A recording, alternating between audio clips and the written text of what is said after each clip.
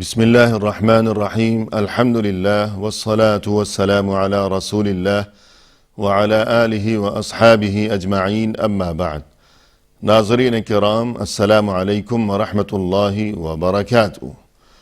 اصحاب رسول اللہ صلی اللہ علیہ وسلم کے عنوان سے اس پروگرام کے ہمراہ ہم آپ کی خدمت میں حاضر ہیں، اور اس سے قبل گزشتہ نشست کے موقع پر ذکر خیر چل رہا تھا۔ رسول اللہ صلی اللہ علیہ وسلم کے مشہور و معروف صحابی حضرت حذیفہ ابن الیمان رضی اللہ عنہ کے حالات زندگی کے بارے میں، اور اس حوالے سے گفتگو یہاں تک پہنچی تھی کہ غزوہ خندق کے موقع پر کہ جب صورتحال بہت زیادہ سنگین ہو چکی تھی، ایسے میں اس رات جب کہ بہت ہی بھیانک قسم کا ماحول تھا اور ہر طرف طوفانی ہواؤں کے جھکڑ چل رہے تھے، رسول اللہ صلی اللہ علیہ وسلم نے دشمن کے ارادوں سے آگاہی حاصل کرنے کی غرض سے حذیفہ ابن الیمان رضی اللہ عنہ کو وہاں دشمن کے کیمپ میں بھیجنے کا فیصلہ فرمایا تھا۔ چنانچہ آپ صلی اللہ علیہ وسلم نے اپنے اس فیصلے سے حذیفہ کو آگاہ فرمایا۔ رسول اللہ صلی اللہ علیہ وسلم کی طرف سے یہ فیصلہ اور یہ حکم سننے کے بعد حذیفہ ابن الیمان رضی اللہ عنہ انتہائی وفا شعاری کا اور اطاعت و فرما برداری کا عملی ثبوت مہیا کرتے ہوئے ہمیشہ کی طرح بلا کسی چون و چرا کے راضی ہو گئے، تیار ہو گئے، اور یوں عرض کیا کہ اے اللہ کے رسول، آپ کا حکم میرے لیے سر آنکھوں پر۔ اور جب روانہ ہونے لگے تو یہ کہتے ہیں کہ سردی کی شدت کی وجہ سے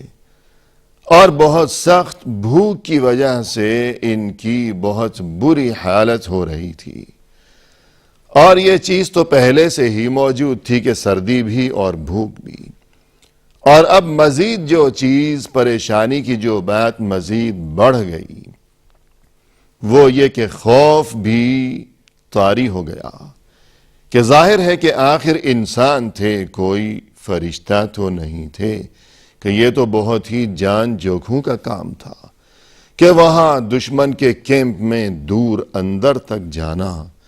اور وہاں کی خبریں لے کر واپس آنا، اور وہ بھی اس قدر بھیانک ماحول میں کہ جب اتنا اندھیرا چھایا ہوا ہے اور ایسی بھیانک رات ہے اور یہ کہ سخت سردی ہے اور طوفانی ہواؤں کے جھکڑ چل رہے ہیں۔ رسول اللہ صلی اللہ علیہ وسلم نے جب حذیفہ کی اس کیفیت کو پہچانا اور سمجھ گئے آپ کے اس وقت حذیفہ کی کیا حالت ہو رہی ہے، تو کہتے ہیں حذیفہ ابن الیمان رضی اللہ عنہ کہ رسول اللہ صلی اللہ علیہ وسلم بہت ہی شفقت بھری نگاہوں سے میری جانب دیکھتے ہوئے اپنے دونوں ہاتھ اوپر بلند کر کے یوں دعا فرمانے لگے، اللہم احفظہ من بین یدیہ ومن خلفہ وعن یمینہ وعن شمالہ ومن فوقہ ومن تحتہ، یعنی اے اللہ تو اس کی حفاظت فرما، سامنے سے بھی اور پیچھے سے بھی، اور یا اللہ تو اس کی حفاظت فرما دائیں سے بھی اور بائیں سے بھی، اور یا اللہ تو اس کی حفاظت فرما اوپر سے بھی اور نیچے سے بھی۔ یہ الفاظ اور ان الفاظ کے ساتھ دعا فرمانے لگے حذیفہ کے لیے رسول اللہ صلی اللہ علیہ وسلم کہ یا اللہ تو سامنے سے بھی اس کی حفاظت فرمانا اور پیچھے سے بھی، دائیں اور بائیں سے بھی، اور اوپر سے بھی اور نیچے سے بھی، یعنی ہر طرف سے خطرہ ہی خطرہ منڈلا رہا تھا، ہر طرف سے خطرہ، ہر طرف دشمن چہار سو اس وقت مسلمان دشمن کے نرغے میں پھنسے ہوئے تھے، بلکہ جیسا کہ خود قرآن کریم میں سورۃ الاحزاب کی وہ آیت اذ جاؤکم من فوقکم ومن اسفل منکم، کہ اس وقت کو یاد کرو کہ جب وہ دشمن اوپر بھی موجود تھے اور جب وہ دشمن نیچے بھی موجود تھے، کہ اوپر جہاں کسی پہاڑ کی چوٹی کی جانب اور جہاں کسی ٹیلے کی جانب اور کسی بھی بلند مقام کی جانب جب مسلمانوں کی نگاہ اٹھتی تھی وہاں دشمن ہی نظر آتا تھا،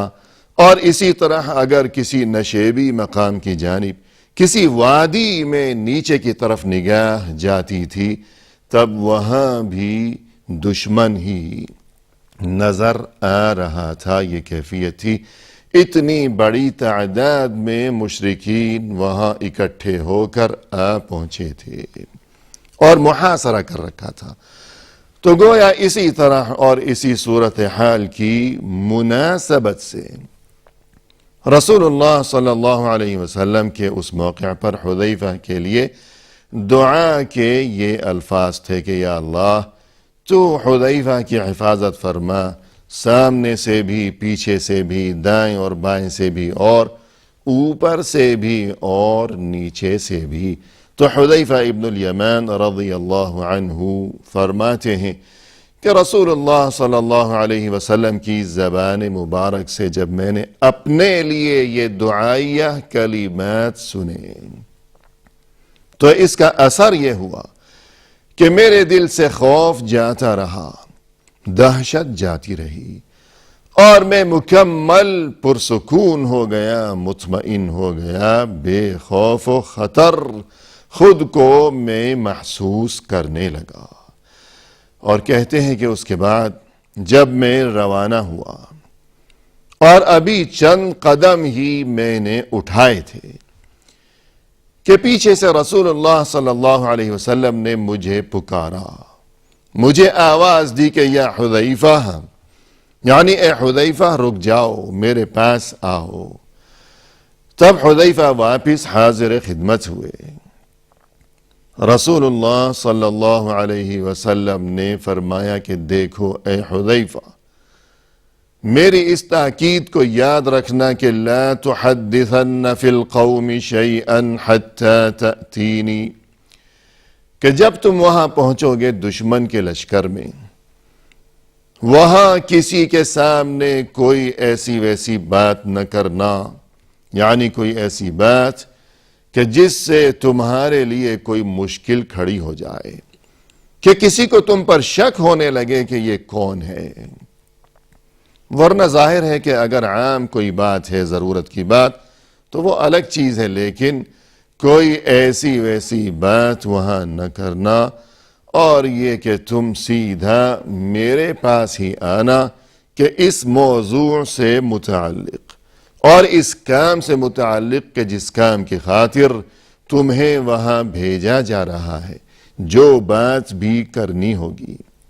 صرف میرے پاس واپس لوٹنے کے بعد میرے سامنے تم بات کرنا، ورنہ خاموش رہنا۔ تو حذیفہ نے عرض کیا کہ اے اللہ کے رسول، آپ کا حکم میرے لیے سر آنکھوں پر۔ اور اس کے بعد فرماتے ہیں حذیفہ ابن الیمان رضی اللہ عنہ کہ رات کے اندھیرے میں اور انتہائی شدید سردی کے دوران اور اس ہیبت ناک ماحول کے درمیان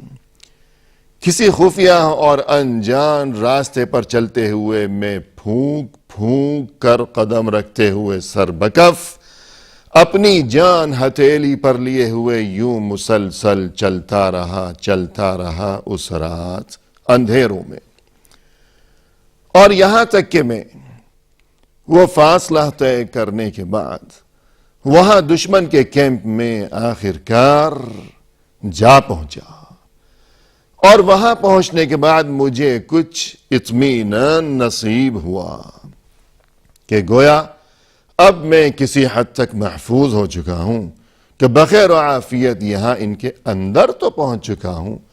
اور یہ کہ کسی کو مجھ پر کوئی شک نہیں ہو رہا،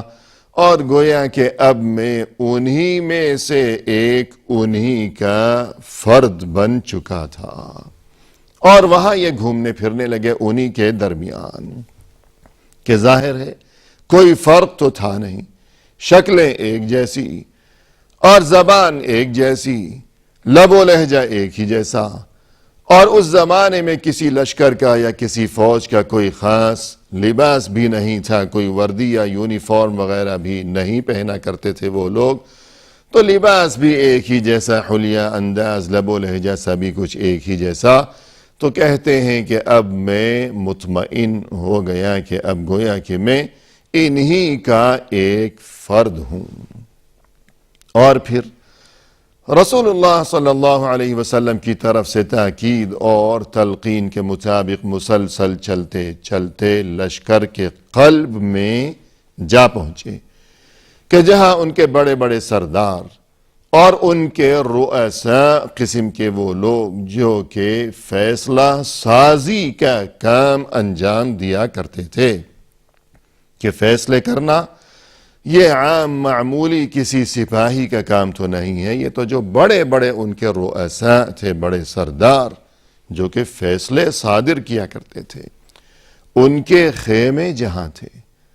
اور ان کی رہائش گاہیں جہاں تھیں، اس لشکر میں، اس کیمپ میں، وہاں جا پہنچے، اور کچھ دیر وہاں ادھر ادھر گھومنے کے بعد اور صورتحال کا جائزہ لیتے رہنے کے بعد کہتے ہیں حذیفہ ابن الیمان رضی اللہ عنہ کہ میں نے یہ منظر دیکھا کہ ایک خیمے سے ابو سفیان برآمد ہوا۔ ابو سفیان، اور ناظرین کرام جیسا کہ سبھی جانتے ہیں کہ فتح مکہ کے بعد یا فتح مکہ کے ہی موقع پر ابو سفیان مسلمان ہو گئے تھے، اور یہ کہ رسول اللہ صلی اللہ علیہ وسلم کے صحابہ کرام میں ان کا شمار ہونے لگا تھا۔ ابو سفیان رضی اللہ عنہ صحابہ کرام میں سے تھے بہرحال، لیکن یہ جو گفتگو چل رہی ہے اور غزوہ خندق کے موقع پر یہ جو صورتحال پیش آئی تھی، ظاہر ہے کہ یہ گفتگو اس دور سے متعلق چل رہی ہے کہ جب ابو سفیان ابھی مسلمان نہیں ہوئے تھے، بلکہ مشرکین مکہ کا وہ جو لشکر تھا، اتنا بڑا لشکر جرار، اس لشکر جرار یعنی مشرکین کے لشکر جرار کے سپہ سالار یہی تھے، یعنی ابو سفیان، غزوہ خندق کے اس نازک ترین موقع پر۔ تو حذیفہ ابن الیمان رضی اللہ عنہ فرماتے ہیں کہ میں نے ابو سفیان کو دیکھا۔ اب ظاہر ہے کہ اتنی بڑی بات اب اور کیا چاہیے کہ ان کے سپہ سالار کو ہی دیکھ لیا اور اس جگہ پہنچنے میں کامیاب ہو گئے، خوش ہو گئے، مطمئن ہو گئے کہ اصل جگہ تو یہی ہے، کہ سپہ سالار ہی یہاں موجود ہے، اب اور کیا چاہیے۔ تو کہتے ہیں کہ ابو سفیان نے اپنے خیمے سے نمودار ہونے کے بعد کیا کیا، وہ ایک نسبتاً بلند جگہ پر پہنچ کر کھڑا ہو گیا اور ادھر ادھر چاروں طرف دیکھنے لگا، اور پھر بآواز بلند یوں اعلان کرنے لگا کہ سبھی لوگوں اعلان سنو، میں ایک بہت ضروری بات کہنا چاہتا ہوں، میری بات غور سے سننا۔ چنانچہ حذیفہ کہتے ہیں کہ سبھی لوگ جلدی جلدی وہاں اس جگہ پہنچنے لگے اور ابو سفیان کے ارد گرد جمع ہونے لگے، اور کہتے ہیں کہ میں بھی وہاں بیٹھ گیا انہی لوگوں کے درمیان ابو سفیان کے سامنے۔ جب سبھی لوگ جمع ہو گئے تب ابو سفیان نے کہا کہ میں ایک بہت ضروری بات کہنا چاہتا ہوں، اور وہ بات اس قدر ضروری ہے اور اہم ہے کہ میں یہ چاہتا ہوں کہ تم سبھی لوگ میری وہ بات سننے سے پہلے خوب اطمینان کر لو اور خوب تفتیش کر لو، اور اپنے قرب و جوار میں خوب نظر رکھو کہ کہیں ایسا نہ ہو کہ یہاں تمہارے درمیان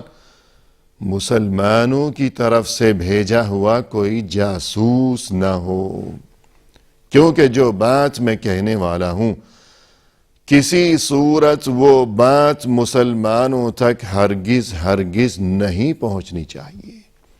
لہذا قبل اس کے کہ میں وہ بات شروع کروں سب لوگ خوب اطمینان کر لیں اور آس پاس نگاہ دوڑا لیں کہ کہیں تمہارے آس پاس کوئی مسلمانوں کا بھیجا ہوا جاسوس نہ ہو۔ ہر کوئی اپنے ہم نشین پر نظر رکھے اور اطمینان کر لے کہ یہ کون ہے، کہیں جاسوس تو نہیں ہے۔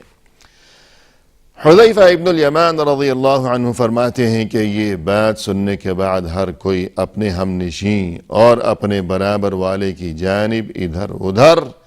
سبھی لوگ دیکھنے لگے، اطمینان کرنے لگے کہ کہیں یہ جاسوس تو نہیں ہے۔ اور یہ کہتے ہیں حذیفہ کہ تب میں نے فوراً اپنے ہم نشین کا ہاتھ تھاما، جو برابر بیٹھا ہوا تھا اس کا ہاتھ تھام لیا، اور میں نے اس سے دریافت کیا کہ تم کون ہو،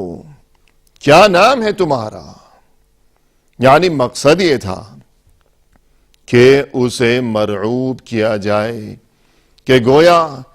اس پر تو شک کیا جا سکتا ہے، ہاں البتہ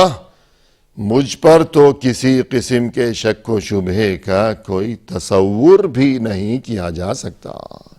مجھ پر کیا شک و شبہ؟ ہاں اس پر شک کیا جا سکتا ہے، یوں اسے مرعوب کرنے کی غرض سے اور خود کو مضبوط کرنے کی غرض سے کہ مجھ پر شک کیسا، ہاں اس پر شک کیا جا سکتا ہے۔ یوں اس کا ہاتھ تھاما اور اس سے یوں پوچھنے لگے کہ نام تو بتاؤ کہ تم کون ہو، تمہارا نام کیا ہے، اپنی شناخت کراؤ، یعنی کہیں تم جاسوس تو نہیں۔ اور اندر ہی اندر دل میں یہ مقصد بھی تھا کہ اگر کوئی مجھ پر ہی شک کرنے لگے اور مجھ سے تفتیش کرنے لگے کہ تم کون ہو، اور اگر تم ہمارے ہی اپنے ہی آدمی ہو تو بتاؤ تم یہاں موجود لوگوں میں سے کسی کو پہچانتے بھی ہو؟ شاید کوئی مجھ سے ہی پوچھنے لگ جائے، لہذا کم از کم یہ کہ جو میرا ہم نشین ہے بالکل برابر میں بیٹھا ہوا ہے، تو کم از کم اس کے بارے میں تو مجھے خبر ہونی چاہیے کہ اس کا نام کیا ہے اور یہ کون ہے۔ تو یوں دل میں یہ نیت بھی تھی، تو اس سے پوچھا کہ ذرا بتاؤ کہ تم کون ہو، تو اس پر اس نے اپنا تعارف کرایا، اپنا نام بتایا کہ میں فلاں ابن فلاں ہوں۔ اور اس کے بعد ناظرین کرام جب اطمینان ہو چکا اور سبھی نے ادھر ادھر دائیں بائیں نگاہیں دوڑا لیں اور ہر ایک نے اپنے ہم نشین کے بارے میں اطمینان کر لیا، تسلی کر لی کہ یہ مسلمانوں کا بھیجا ہوا جاسوس نہیں ہے، تو اس تسلی کے بعد اور یوں اطمینان کر لینے کے بعد ابو سفیان نے کیا گفتگو کا آغاز کیا اور کیا اعلان کیا، اور پھر نتیجہ کیا برآمد ہوا، یہ تمام تر تفصیل لیے ہوئے انشاءاللہ آئندہ ملاقات کے موقع پر آپ کے سامنے حاضر خدمت ہوں گے۔ اس وقت تک کے لیے دیجیے اجازت، فی امان اللہ، وآخر دعوانا ان الحمد للہ رب العالمین۔